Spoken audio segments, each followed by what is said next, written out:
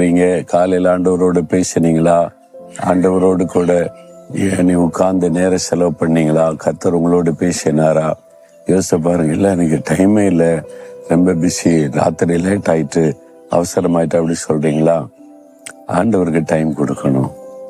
நம்ம என்ன பிந்தினாலே செய்தாலும் சாப்பிட்றதுக்கு மற்ற காரியங்களுக்கெல்லாம் நம்ம டைம் ஒதுக்குறோம்ல.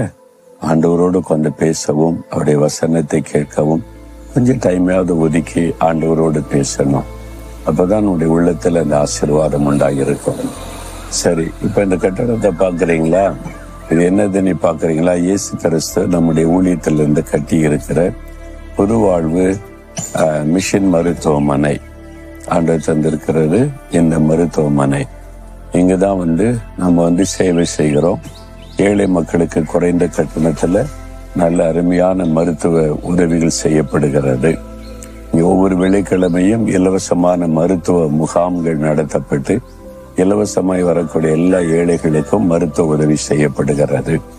இது ஆண்டவர் கட்டின ஒரு காரியம். ஆண்டவர் இங்கே அநேக ஜனங்களை ஆசீர்வதிக்கிறார், நன்மை செய்கிறார். ஆண்டவருக்கு ஸ்தோத்திரம் உண்டாவதாக.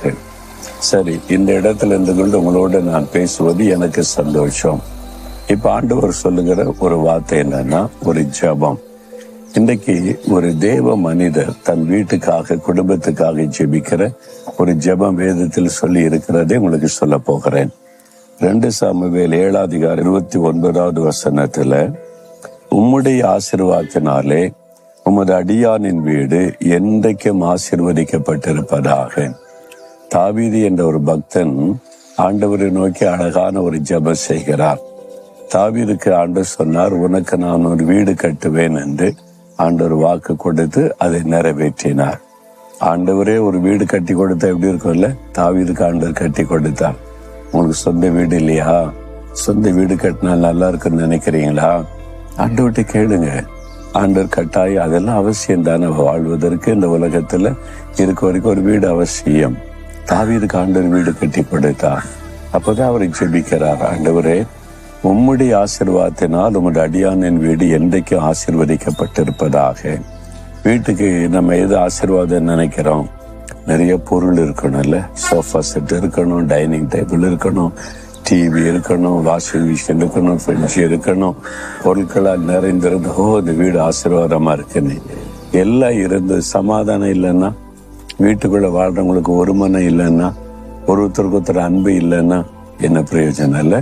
அப்போ ஒரு வீடு ஆசீர்வாதம்னா அது சமாதானம், சந்தோஷம், குடும்பத்திலே வாழ்கிறவங்களுக்குள்ள ஒரு அன்பு, ஐக்கியம். அதான் உண்மையான சந்தோஷம். ஒரு பொருளுமே இல்லாட்டா கூட இருக்கிறத வச்சு சந்தோஷமா சமாதானமா இருந்தா அதான் பெரிய ஆசீர்வாதம். அப்ப இதெல்லாம் ஆண்டவர் தரமாட்டார, கேட்க கூடாதுன்னு தருவார். உங்க வீட்டுக்கு என்னென்ன காரியங்கள் அவசியமோ அவசியமான எல்லா காரியத்தையும் ஆண்டவர் தந்து நம்மை ஆசீர்வதிக்கிறவர். ஆனா முக்கியமானது கர்த்தருடைய ஆசீர்வாதம். ஆண்டவரே உம்முடைய ஆசீர்வாதம் எங்க வீட்டுல இருக்கணும், உம்முடைய சமாதானம் இருக்கணும், உம்முடைய அன்பு இருக்கணும், உம்முடைய சாந்தம் இருக்கணும், உம்முடைய தெய்வீக சுபாவங்கள் வீட்டுல இருக்கிற எங்களுக்குள்ள இருக்கணும்.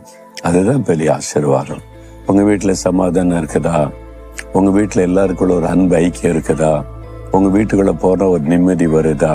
உங்க வீட்டுக்குள்ள நுழைஞ்சாலே எனக்கு ரொம்ப சந்தோஷமான இடம் என் குடும்பம் தான், என் வீடு தான் சொல்ல முடியுதா? நிறைய பேரால சொல்ல முடியல.